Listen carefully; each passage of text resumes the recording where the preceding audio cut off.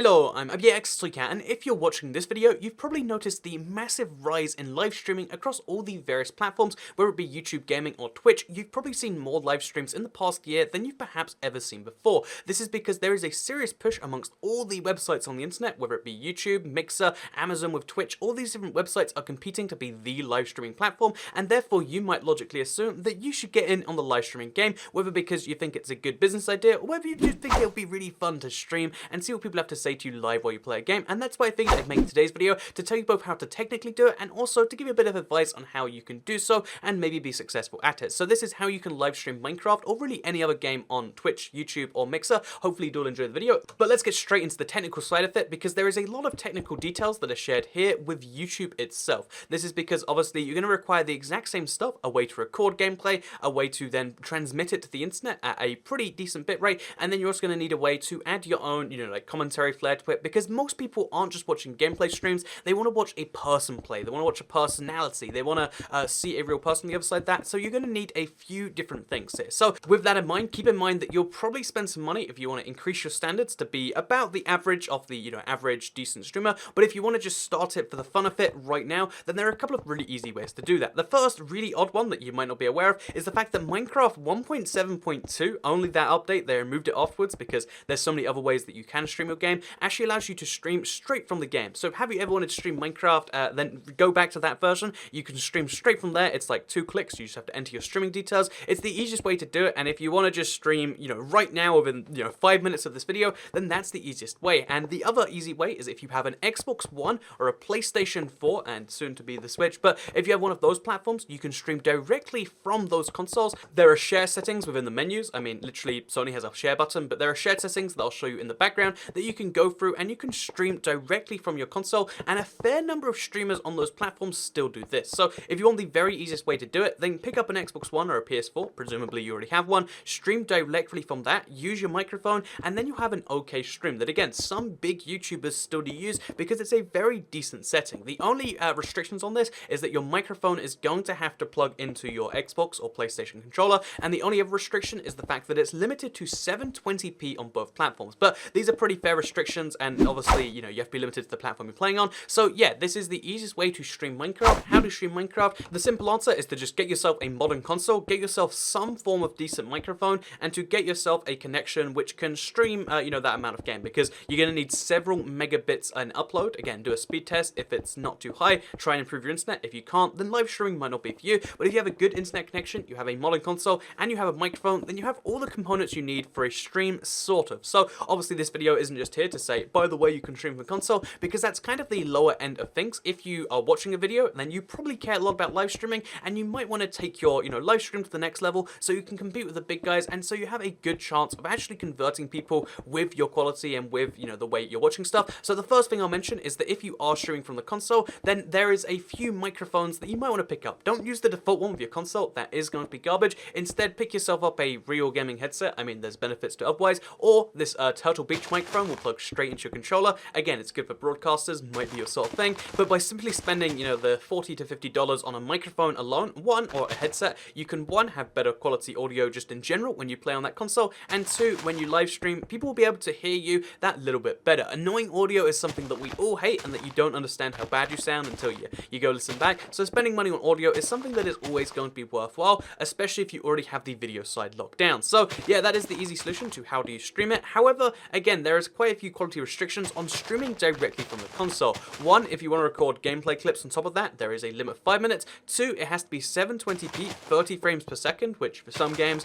might be a deal breaker. And three is the fact that you can only stream in one place at a time, which it's fine because I know Twitch partners are restricted to that anyway. But if you're on Mixer or you're on YouTube, then you're gonna want to maybe be on the other ones too, as a way to get your stream to more places. So yeah, that is the easiest solution to streaming. But let's talk about how you can do it on a different level, because again, I want to give you a guide on how you can excel at streaming, not just about do it. Because again, I assume if you're watching a video on this subject, then you probably would like to learn how to, do it to the best level, so you at least know what's out there, so that if you eventually want to make the investment, because it will cost a little bit more money, which, I know when I started streaming, I only had, $39.99. I bought the most basic capture card I could, but nowadays, if you want to stream, then the highest quality is going to really help you out. So the highest quality capture card for a console is going to be an Elgato HD60S. This is a capture card card that can do 1080p 60 FPS. There are technically 4K capture cards, but for now 4K streaming isn't a big thing yet. But right now, a 1080p 60 FPS capture card is what you're going to need if you want the pinnacle of gameplay quality, so that people, you know, that don't even care about you might just want to go see the gameplay itself. Again, I doubt that's a thing. It's not a common thing, but it's something that really will give you that little bit of an edge over other streamers, which might be something you want if you're considering doing this as like a, you know, full-time for like a month or so thing. So I'll link all this stuff in the description, but in case you're curious as to what that is, in case you've never heard of a capture card before, it essentially will take the gameplay in, send it out back to your TV, so you'll be able to see it just normally like you do right now, but it will then also send it via USB to a PC, which you can then use said PC to stream it onto YouTube, get that full 1080p. Also from there, you can do a few things that you can't necessarily do with your console, such as add a webcam, add an overlay, add chat to the stream. You can do lots of other stuff using a tool we'll get to later, but for now, having a HD60S, having a capture card built in, will still give you an advantage in the game. Again, it's not the biggest advantage, especially since a lot of people playing on console might not see the difference between 720p and 1080p, but if you really want the best of the best, it still does come from a dedicated capture card, but you can also stream directly from your console. It just gives you less power over how you use that footage, whereas the full 1080p capture card gives you entire, you know, use on how you want to use it. You can record, you can stream and record, you can put things on top of it before you stream and record, you can do all these different things with it because you have the footage, you don't just have a, you know, a way to distribute the footage, which I know that sounds like a small distinction, but it really is important if you want to add extra effects and cool things that make the best of the best streams really important. So the next thing you're going to want to have, if you do decide to use your PC to stream your console, or even if you use the tool we'll get into later, the one that makes all this live streaming possible, even if you decide to just stream directly from your PC, let's say that you play the Java edition and you stream that too, what you're going to want to have is a decent quality PC microphone. So whereas the Xbox microphones, they kind of have a cap because they're going via Xbox controller and so on and so forth, if you're on a PC, you can get really high quality microphones using phantom power, etc, etc, etc. Honestly though, I would recommend like the highest quality that most people notice in terms of the biggest price difference that is noticeable by the end user is getting yourself some form of real USB microphone. So the top tier ones, I'll admit, they're going to cost close to $150, $120, $170, somewhere in that ballpark, depending on the one you want. I always recommend the Rode Podcaster because it looks like a microphone. It really does the job. Like most high quality audio seems to come from a Procaster or a Podcaster, and also to me at least, it has the best like kind of sphere where it won't record things that you can directly hear. It won't record tiny audio things in the background that are, you know, like if a car goes outside my house, you're probably not hearing it, which is good, and why you probably notice that in most of my videos the audio is pretty clean. Unless I have my controller literally near the microphone, you can hear the sticks, but if I put the controller over there, you can just barely hear it, and if there's a controller on the other side of the wall, then you're not going to hear that at all. So yeah, Rode Podcaster, microphone I recommend beyond anything else. Solid microphone. If you want to go for the next level, there is the Procaster, but again, it uses XLR power, and there's a lot of steps of that, but let's just for now assume best microphone I recommend is a Podcaster. Don't go for a Snowball, whatever you do. I have a Snowball also, but the quality difference is huge.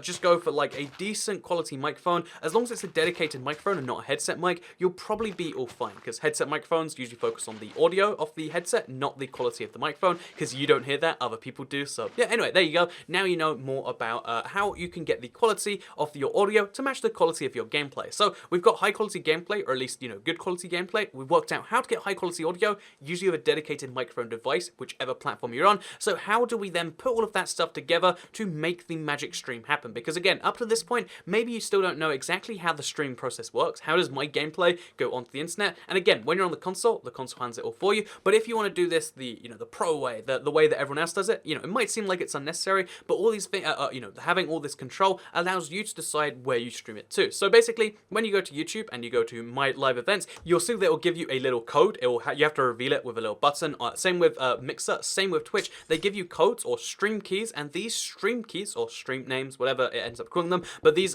things are the thing that you type into OBS or XSplit. Again, we're going to assume OBS later, and that is how you get stuff done. So yeah, let's talk about the program that's going to use this code to stream to the internet, because like I said, I personally recommend OBS. It's a really, it's the free program. There is the paid alternative with XSplit, but I had really bad experiences with them in the company, whereas OBS seems to work just fine in my experience. So yeah, with OBS, you can take all of your sources together, you can mix them, you can match them, you create like a scene of all the sources together. So for instance, if you want to see what my scene looks like, it's got about 8 different things combined, but the end result just looks like this. You can see I exist here with a blank screen behind me, or at least the gameplay directly behind me.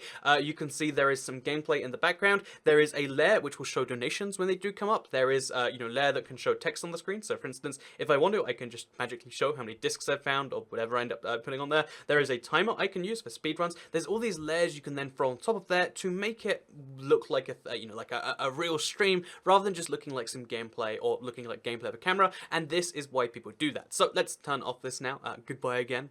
Because now you know the program, you've seen what it looks like, you've seen what the end result is, you've seen how it works, and now you know how to stream. You get the stream keys, you type it into your program, and you get the stuff to work. So let's do a recap of everything you need so far. You're going to need to have some way to capture your gameplay, either a console directly, a PC which has enough power to stream itself while recording itself while playing a game, presumably, too, all at decent frame rates, or you're going to need like a capture card, which is the easiest way, and any real quality of PC in the last like 5 years, and then also on top of that, you're going to want to have a microphone of some variety. Again, varies on your platform, all linked down below, the ones I've spoken about. And then you're also going to want to have this program, OBS. Again, some people recommend XSplit, but I personally like OBS, which is open broadcaster software. It's open source software that allows you to broadcast. That's why it's called that. So now that we've gone over all of the basics, all of the generics, let's talk specifically about where, how, what you should live stream. Because again, I've given all the advice on technical stuff that you need to know how to do this, but there's some things that I would say, as someone who does stream about 3 to 4 times a week, I have a fair number of friends who make a full-time living just off streaming. I also watch a fair number of streamers just to see what's going on and see, how people are doing it. And I realized a lot of lessons from this, and I wanted to share some of those with you, just in case, live streaming is something you want to pick up, or you're just curious, or you have a friend, or anything like that. So the first one is that Twitch seems like it's the best site to stream on,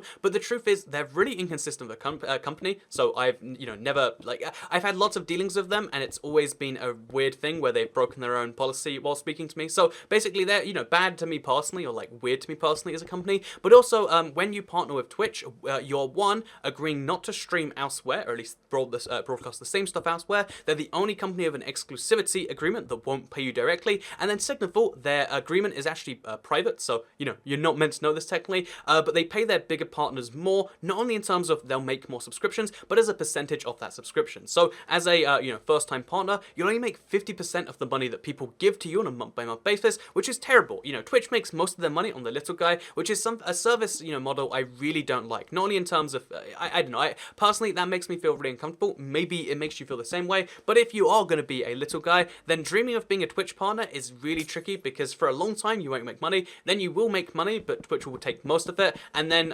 you'll have to stream at certain qualities, and only on Twitch. You're looking yourself into a platform which already is very saturated. So that's why I always recommend YouTube and Mixer, one or the other, or both together, like I sometimes do. YouTube, again, very open model. You can help make a YouTube channel at the same time, which a lot of people who like streaming like YouTube too. Really highly recommend it. It's also one of the easiest ones to stream to, has the best quality options, and then Mixer has the best interactivity. There is like a 0.2 second delay or something like that. The interactivity on Mixer is always just amazingly responsive, and also people can watch it directly from their Xbox. So if you are an Xbox player, then Mixer has that little advantage built in. There's no current monetization methods there, but because of that, because it's undersaturated, you might do pretty well there. Again, I meet a lot of friends who just love Mixer beyond belief, and maybe that's something that you personally want to do. So now you know how to stream, you know where to stream, you know my opinions on the streaming platforms. Let's talk a little bit about the actual streaming itself, because a lot of people make the mistake of just starting up, being a little bit awkward. I think you just have to throw yourself into the world, throw your personality into the world, and maybe it's awkward or it's cringe, as people like to say on the internet when you go back all these years later. But the truth is that as a live streamer, you can't just sit there saying nothing until someone comes in. People want to come and observe, a stream that's actually going. So you have to be on all the time, even if you spend an hour and no one joins. Again, just I feel like it's worth one, trying to be on it, and two, I'd say get some fake people, or get some friends, or get whatever to try and boost that live stream count, so there's at least 5 or 6 people, because that will boost your results in the YouTube gaming and the Mixer space. Because again, getting big as a live streamer, it's not as simple as just streaming and then it magically happens. People have to find you somehow, and there aren't many good discovery tools, so you kind of have to, help make them yourself. And also you have to, again, I feel like the best way is to stream a new game that's doing really well. You have to stream lots of hours of the day that aren't usually taken by big streamers, and you have to somehow get into the top 10 or the top 20 or the top 50 biggest streams, so someone has a chance of coming by and maybe becoming a subscriber. Again, being a live streamer, it's not easy. You might think, oh, you just play games for 3 hours, you make a few £100. Yeah, or I don't know why that was in an accent, but you might just assume it's like, oh yeah, get paid to play games. But the truth is, you're getting, some people might choose to donate or tip you, as I believe most people prefer to call it, in exchange for entertaining them in some way. And finding people to entertain, let alone entertain them, is this whole balance you have to work out. So yeah, when you want to consider streaming Minecraft, first of all, consider the technicals. Second of all, I'd say just jump into it, throw yourself into it, see what happens. And then third of all, I would say try and be the best you can be. Try and stream in as many places as possible. And just like many things where lots of people want to do it and very few people can do it, your odds of success are by default very low. You know, like 1% of streamers ever make it anywhere, less than that even. But if you work hard, if you believe in yourself, and if you, like put a lot of time into it, it might just work out for you. So that is how you stream Minecraft. There's a comprehensive guide. I know a lot of people want to do it because they've got some stuff they want to show out to the internet, and this is my guide on how you can do that. And I'd love to know, the results from streaming, or if you stream already and you think this guide was helpful, let me know in the comments down below. This is one of the longer videos I've made in a while, but it's something I really wanted to share, and hopefully you all do appreciate that. Like if you do like it, share if you liked it, if you have any streamer friends that want to learn how to do that, and subscribe if you're around here, because I make videos like this one every single day on my channel, and if you subscribe, you'll see them daily on your homepage. Thank you so much for watching, and I'll see you all in the next video. Goodbye.